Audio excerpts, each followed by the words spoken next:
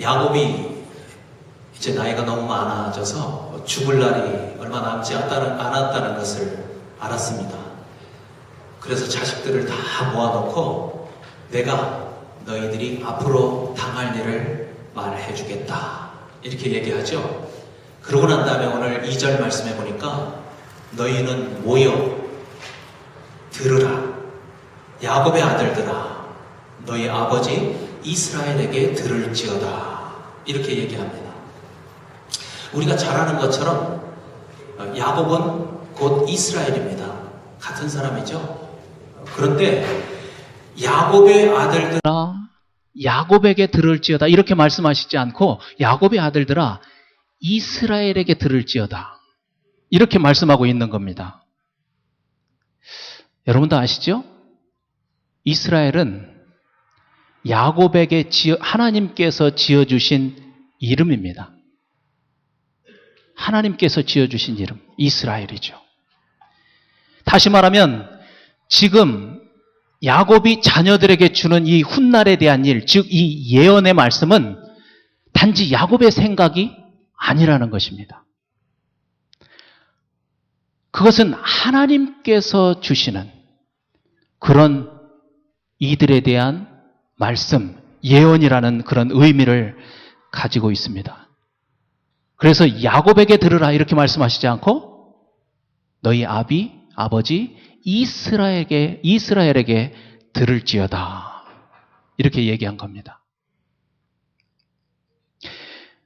야곱은 단지 육신의 아버지로서 그들의 아들들에게 말하는 것이 아니고 지금 마치 선지자처럼 하나님의 말씀을, 하나님의 예언을 자기 아들들에게 하고 있는 것입니다.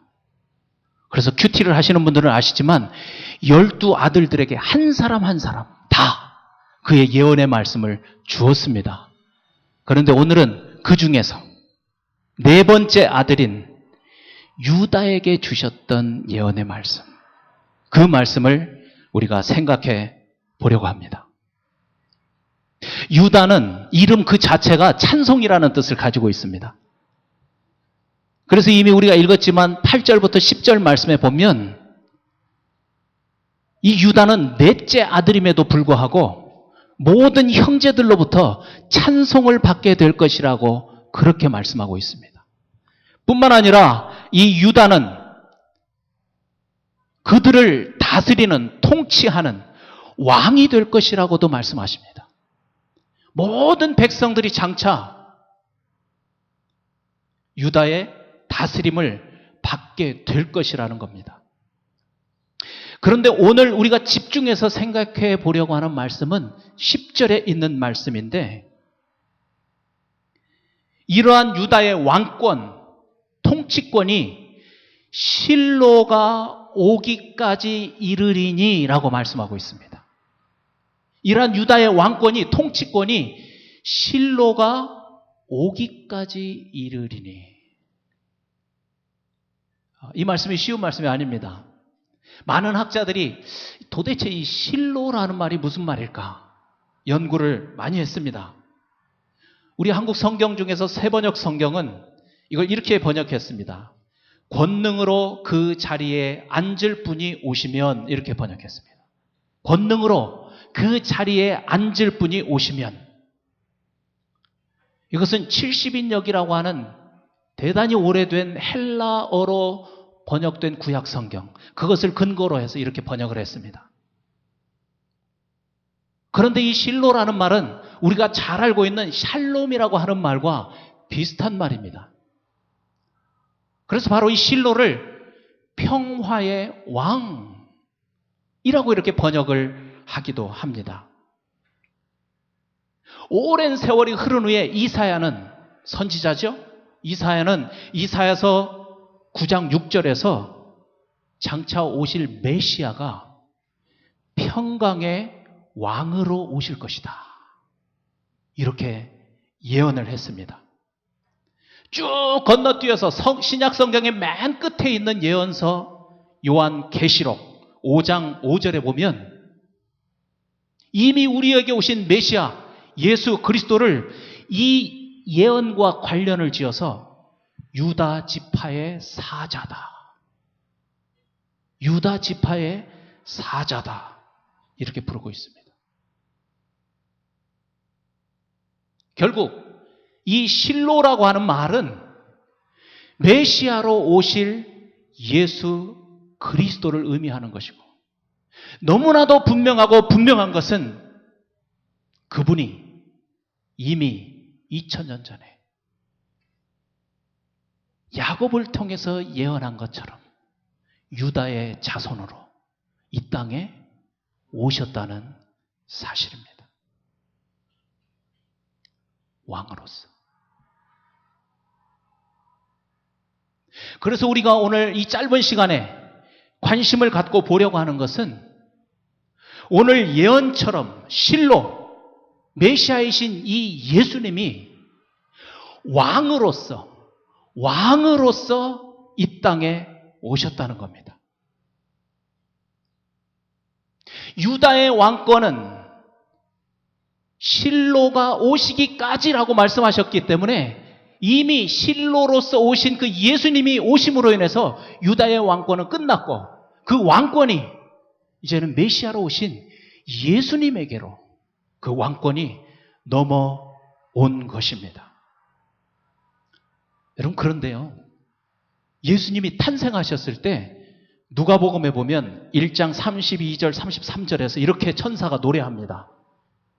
저가 큰 자가 되고, 다시 말하면 예수님이 큰 자가 되고 지극히 높으신 이의 아들이라 일컬을 것이요, 주 하나님께서 그 조상 다윗의 위를 저에게 주시리니 영원히 야곱의 집에 왕노릇 하실 것이며 그 나라가 무궁하리라. 천사를 통해서 왕이 태어났다고 지금 찬송하고 있는 겁니다. 예수님은 빌라도가 네가 정말 유대인의 왕이냐? 그렇게 질문했을 때 요한복음 18장 37에서 네 말이 맞다. 내가 바로 왕이다. 내가 그 위를 위해서 이 땅에 태어났다. 이렇게 말씀하십니다. 뿐만 아닙니다. 마태복음 28장 18절에 보면 하나님께서 부활하신 예수님께 하늘과 땅의 모든 권세를 주셨다. 왕이니까 하늘과 땅의 모든 권세를 주셨다고 말씀하십니다. 마지막으로 빌립보서 2장 9절 10절에서 이러므로 하나님이 그를, 다시 말하면 예수님을 지극히 높여 모든 이름 위에 뛰어난 이름을 주사 하늘에 있는 자들과 땅에 있는 자들과 땅 아래에 있는 자들로 모든 무릎을 예수의 이름에 꿇게 하시고.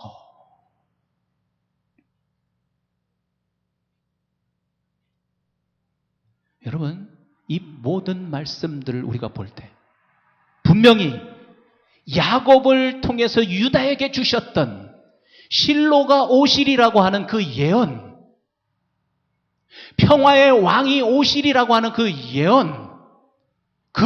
예언은 예수님이 오심으로 인해서 이루어졌다는 것을 우리가 분명히 알 수 있다는 것입니다. 예수님은 왕으로서 이 땅에 오셨습니다.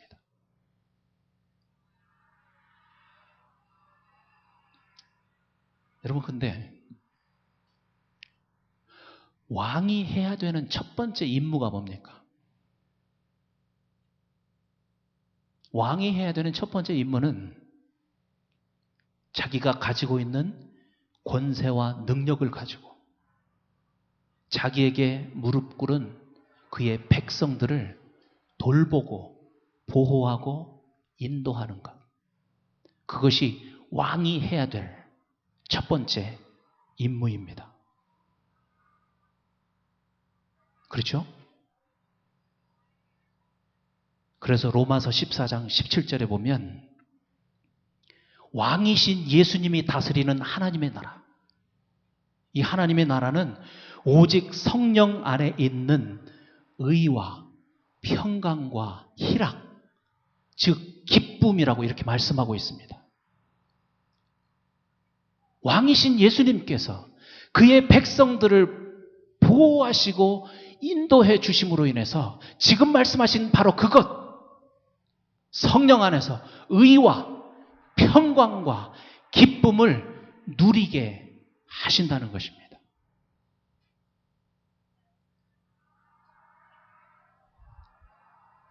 여러분, 우리는 성경에 쓰여 있는 이 하나님 나라라고 하는 말에 대한 이중성을 이해해야 합니다. 두 가지 의미가 있습니다. 보통 사람들이 생각하기를 하나님 나라 그러면 천국을 생각합니다. 맞습니다. 우리 육체가 죽어서 가는 하나님 나라, 천국이 있습니다. 그러나 지금 말씀하고 있는 이 하나님 나라는 죽어서 가는 천국을 말씀하시는 것이 아니고 지금 우리가 살고 있는 이 땅에서 살고 있는 이 지상에서 누리는 그러한 하나님의 나라를 말씀하고 있습니다.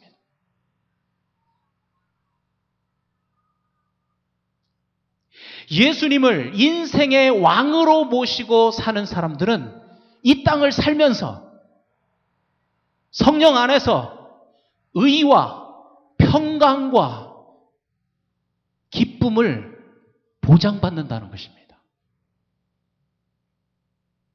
여러분, 이 말씀을 믿으십시오. 예수님을 내 삶의 왕으로 모시고 사는 사람들은 지상에서 사는 삶을 사는 동안도 천국의 삶을 사는데, 하나님의 나라의 삶을 사는데 바로 그런 삶은 성령 안에서 의와 평강과 기쁨을 누리는 그런 삶을 산다고 말씀하시는 것입니다.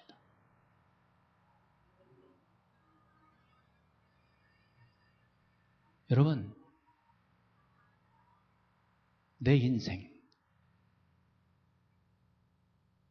예수님이 왕이신 것을 인정하고 그분에게 내 삶을 다스리도록 내어 드릴 때 그분은 오늘 말씀에 나와 있는 것처럼 젊은 사자처럼 가지고 있는 그 능력과 권세를 가지고 우리가 의와 평강과 기쁨을 누리고 살 수 있도록 우리를 보호하시고 우리를 인도하신다는 것입니다.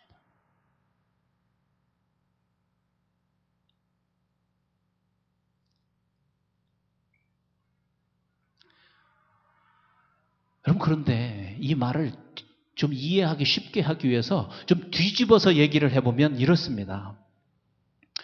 우리가 여전히 예수님을 믿는다고 하지만, 여전히 이렇게 열심히 교회 나와서 예배를 드리고 하지만 계속해서 우리의 마음이 불안하고 계속해서 우리의 마음속에 불평과 불만이 가득하고 쉴 새 없이 슬픔이 쏟아져 나오고, 그렇다면 오늘 이 말씀, 바로 이 부분을 생각해 봐야 된다는 겁니다. 무엇을? 내가 정말 예수님을 내 삶의 왕으로 모시고 살고 있는가? 정말 예수님을 내 삶의 왕으로 모시고 살고 있는가? 아니면 예수님을 믿는다고는 하지만 여전히 내 삶의 왕은 나고 예수님은 가끔 들리셔서 내가 필요할 때 잠깐 도와주시고 그리고 난 다음에 빠이 하고 가셨다가 또 내가 부르면 오셔서 잠깐 도와주시고 이젠 가도 됩니다. 그러면 또 가시고, 마치 예수님이 내 왕이 아니고 내 삶의 왕이 아니고 마치 예수님은 나를 도와주시는 종과 같은 그러한 분으로 여기고 살고 있는 것은 아닌가.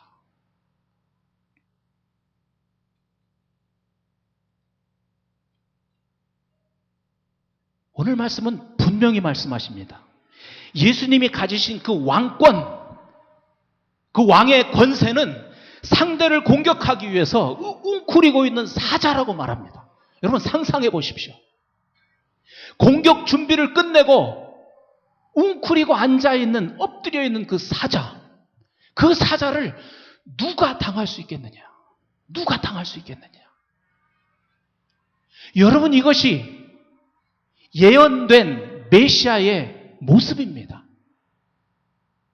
다시 말하면 2000년 전에 이 땅에 오신 그 메시아 예수님은 바로 이러한 모습으로, 이러한 왕권으로 우리 가운데 오셨다는 겁니다. 우리가 믿는 그 예수님, 우리의 의를 위해서 죽으셨습니다. 희생의 제물이 되셨습니다. 그래서 우리의 구원자가 되셨습니다. 뿐만 아니라 또 한 가지 너무나 중요한 것은 그분이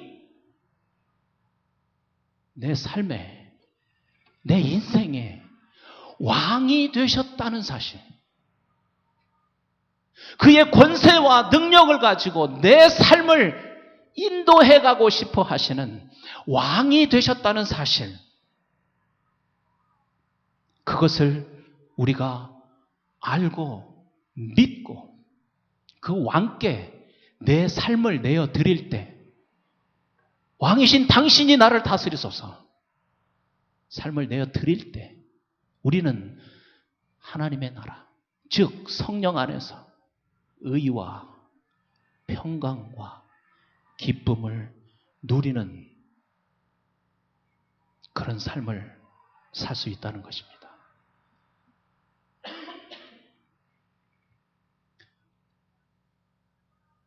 그래서 우리가 생각해야 될 중요한 것은 바로 이것입니다. 우리 자신을 그 예수님의 왕권 아래 두는 것입니다.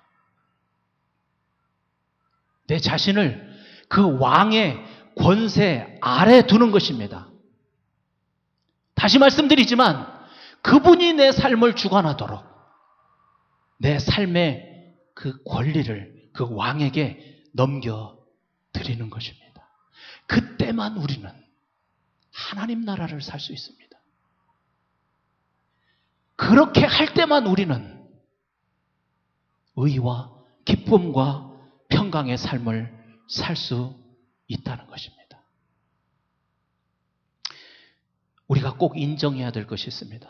우리는 이러한 의와 평강과 기쁨을 스스로 만들어낼 수 있는 존재가 아닙니다. 절대로 그렇게 할 수 없습니다. 우리는 그런 존재가 아닙니다. 세상 사람들은 그것을 착각하고 사는 겁니다. 그래서 본인이 만들 수 있다고 생각하고 열심히 돈을 버는 겁니다. 열심히 돈을 벌어서 남들보다 화려하고 큰 집을 갖는 것입니다. 남들보다 좋은 차를 타고 다니는 것입니다.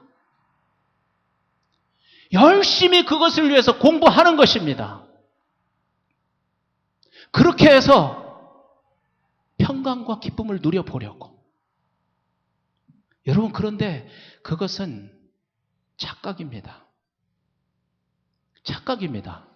절대로 그렇게 누릴 수 없습니다. 한번 보십시오. 이 세상에 어느 누구가, 어느 부자가 나는 의와 평강과 기쁨을 누리면서 만족한 삶을 살았다, 그렇게 얘기하는 사람이 누가 있었습니까? 아닙니다. 많은 사람들이 왜 이렇게 인생이 힘들지? 좀 내가 기쁘게 살아보려고, 좀 더 평강을 누리며 살아보려고 이렇게 애를 썼는데 왜 날이 갈수록 이렇게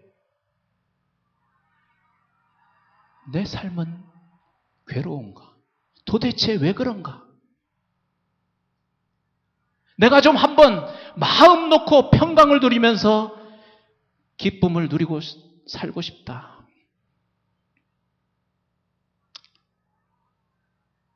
오늘 졸업하는 우리 학생들이 있지만 저도 그랬습니다. 대학 졸업하고 좋은 직장만 들어가면 거기가 천국이겠구나. 참고 열심히 공부했습니다. 천국이 아니죠. 그곳이 천국이 아니었습니다. 그곳이 내가 누려야 될 평강을 누리고 기쁨이 누려야 될 곳이 아니었습니다. 열심히 일하면서 은퇴하고 나면 그런 삶이 오지 않을까? 은퇴연금을 선전하는 그 광고를 보면서 나도 나중에 저런 삶을 살 수 있지 않을까? 한가롭게 바닷가를 거닐면서 그런 시간을 가지면 얼마나 행복할까? 정말 그럴까요? 그렇지 않다고들 얘기하던데요.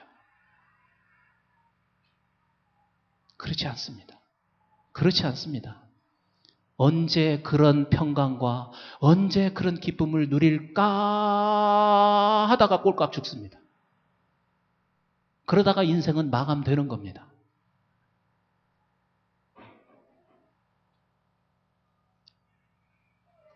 여러분, 잘 들으십시오.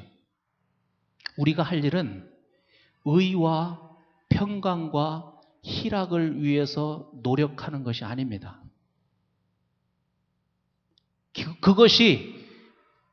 그것 자체가 우리의 인생을 사는 목표가 되어서는 절대로 안 된다는 겁니다. 그것을 목표로 삼고 여러분 살다가는 지금 말씀드린 것처럼 절대로 그런 평강과 기쁨을 누릴 수 없다고 저는 확실하게 말씀드릴 수 있습니다. 아닙니다. 우리의 인생은 그것이 목표가 될 수 없습니다. 왜냐하면 이것은 우리가 예수님을 진정으로 내 삶의 왕으로 모실 때 누리게 되는 그 왕이 주시는 열매이고 삶의 열매이고 선물이기 때문에 그렇습니다. 여러분 그런 찬송 아시죠? 평화 평화로다. 어디에서 내려온다고요? 하늘 위에서 내려오네. 평안과 기쁨은 하늘이 주시는 것입니다. 하나님이 주시는 것입니다. 내가 열심히 찾아서 가질 수 있는 것이 아닙니다. 그것을 인정해야 하는 것입니다. 그래서 우리가 힘쓰고 애써서 해야 될 일은 다른 것이 아니고 내 삶의 왕의 자리에 있는 내 자신을 끌어내리고 그 자리에 예수님을 왕으로 모시는 일, 그 일을 끊임없이 해야 된다는 것입니다. 그래서 그 일에 성공할 때 우리의 삶에 하늘나라가 이루어지는 것입니다. 평강과 기쁨이 이루어지는 것입니다.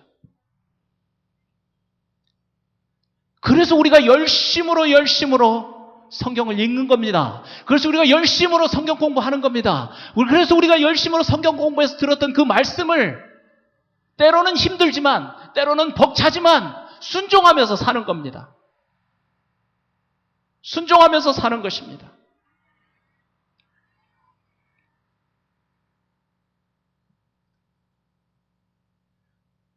그래서 정말 우리가 예수 그리스도를 내 삶의 왕으로 모시고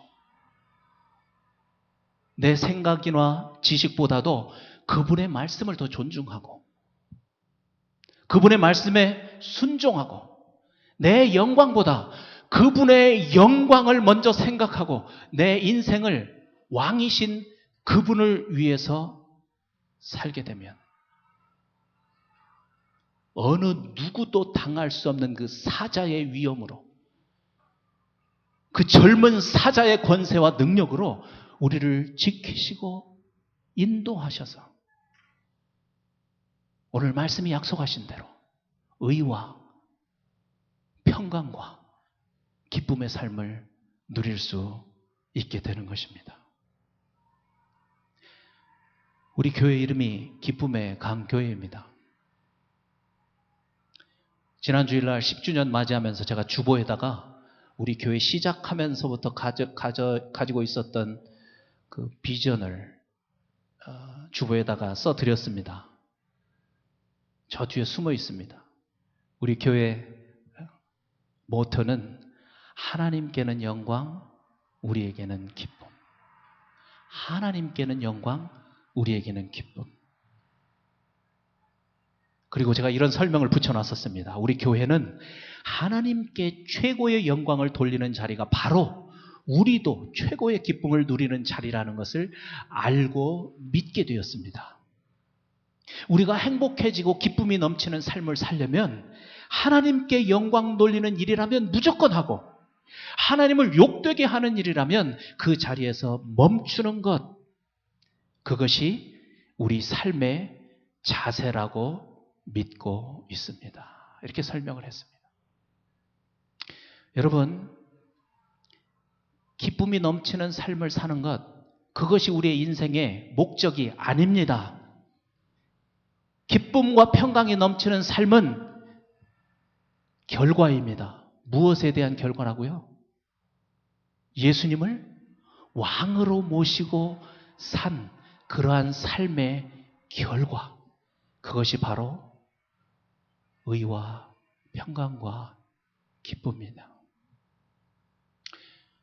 오늘 침례를 받는 네 분이 있습니다. 침례받고 이제 새로운 삶을 살게 될 것입니다. 오늘 학교 졸업하고 돛담배 받고 새로운 삶을 시작하는 우리 젊은이들이 있습니다.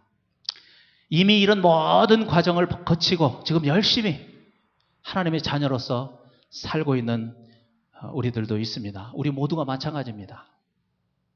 내가 가지고 있는 것, 내가 그동안 열심히 공부한 지식 가지고 어떻게 좀 행복하게 살아볼까? 그런 고민을 하고 있다면 여러분은 평생 평강과 기쁨 누리지 못합니다.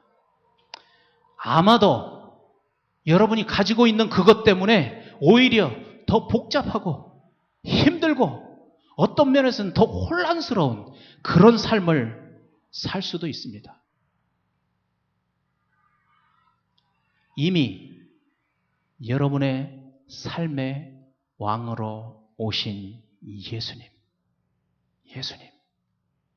그분을 단지 구원자로서만이 아니고 내 삶의 주인으로, 왕으로 모시고 내가 가진 것, 내가 배운 것, 그걸 가지고 그분을 위해서 하나님의 말씀에 있는 것처럼 어떻게 하면 먼저 하나님의 나라와 그 의를 위해서 살까? 그것을 먼저 고민하고 산다면 이 모든 것을 너희에게 더하여 주시리라. 아멘. 마태복음 6장 33절에 있는 말씀입니다. 여러분, 저는 그래서 우리 교회 이름을 이렇게 기쁨의 강이라고 그랬습니다. 우리가 정말 예수님을 내 삶의 왕으로 모시고 산다면 비록 우리가 이 땅에 발을 붙이고 살지만 너무나 복잡하고 힘들고 혼란스러운 일들이 많은 이 땅에 비록 발을 붙이고 살지만 그분이 왕이 되는 삶을 살면 오늘 로마서에서 약속하신 그 말씀대로 의와 평강과 희락, 기쁨이 충만한 그런 삶을 살게 됨을 믿습니다. 여러분도 그 믿음 가운데서 이러한 삶을 사시기를 간절히 축복합니다. 우리 한번 기도하시겠습니다.